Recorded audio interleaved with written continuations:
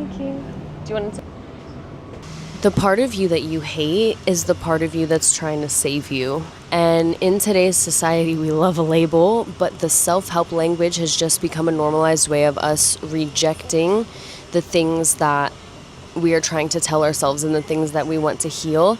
And the tough part is that all of this healing language really just becomes a bunch of labels that make us feel like we're healing all of these toxic traits that we've labeled as toxic, when really they're just things that we feel, right? Things that happen that make us feel some type of way. And usually these feelings are trying to guide us into a better version of ourselves or a higher version of ourselves. And because we realize that feeling these things are trying to guide us, and because maybe we are afraid, it's easier for us to just label it, as jealousy, instead of, what did this person do, or what was this experience, or what was this interaction that made me feel this way. And as someone who used to be extremely jealous and very angry and have a lot of these traits that we consider toxic, I thought for a lot of my life that, this is not, like a healed woman wouldn't feel this way. And at the end of the day, the point is not to become a healed woman or a healed human or a healed individual. The point is to become a whole individual, an individual that can embody or at least participate in trying your best to embody the best version of yourself that you are capable of. And when these external things trigger us and we immediately label it as toxic and label them as, jealousy or any of these labels that we rage, anger, instead of, why did I feel that way? What happened maybe in my childhood that made me label this interaction as that way? Because what happens is, like, all these interactions that are happening, you are always perceiving it different than everybody else, right? Everybody is always getting their own unique experience based on how they were brought up, right? Based on their own morals and values, based on their own experiences. So you and me can be witnessing the same thing and we will perceive it two very different ways, just based off of our own individuality, which is such a beautiful thing. But because we live in a society, and obviously I'm saying this because that's the society that I lived in for so long, because it's not the only society that exists, because we live in a society, because I've lived in a society where, if I feel some type of way that isn't embodying the woman that I want to become, this perfect woman, or operating as this perfect angelic, like whatever the highest being of who I want to become looks like to me, all of a sudden it's like I need to label it something so that I can then reject it instead of actually facing, the way that it makes me feel, or the way that it makes us feel. And so the challenge is, at least for me, to meet myself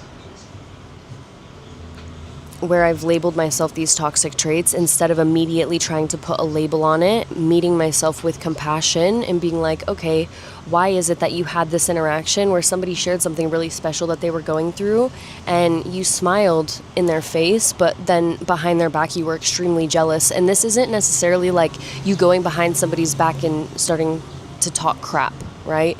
Even if you're like doing it in your own head.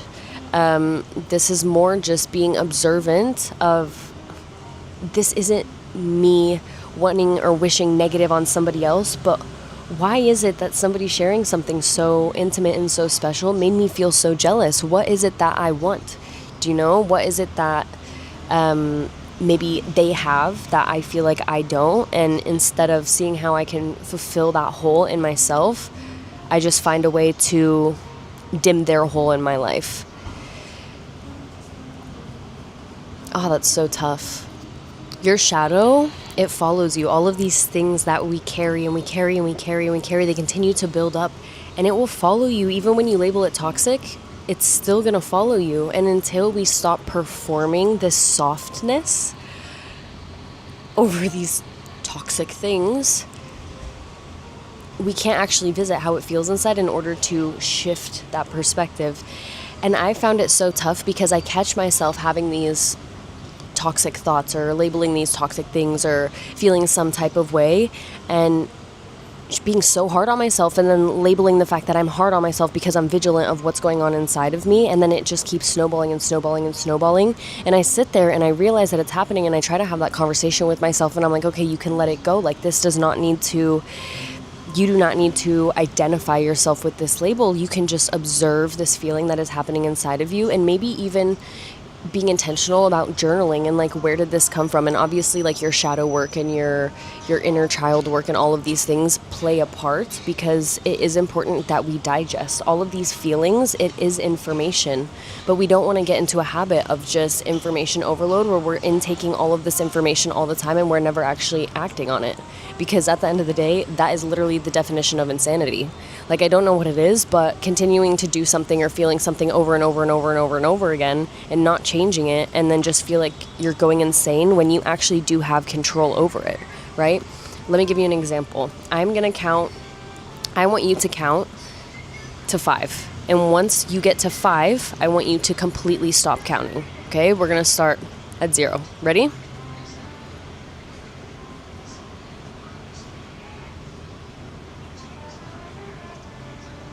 Why are you still counting? I thought you were supposed to stop counting. When you realize that you actually have that voice inside your head, you have the ability to observe it because you knew that you were supposed to stop counting.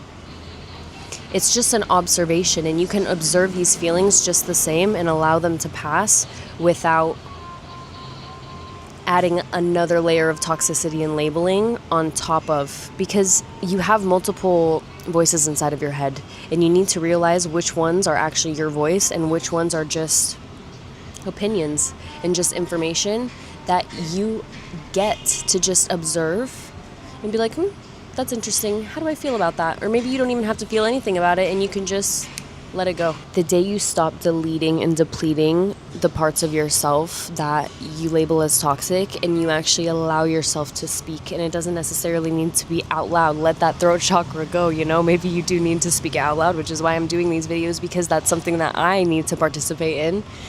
But the day you actually allow yourself to let yourself speak in your truth is the day that you allow everything else and everyone else in the universe to meet you in that space. But if you don't do the work that you need to do in order to process, you will continue to bring into fruition people and things that are vibrating on the frequency that you are currently at. And if that is a frequency of jealousy and anger and hatred towards interactions that really you just witness and move on, and then you carry that experience with you, it's so draining. It's a terrible way to live, in my opinion.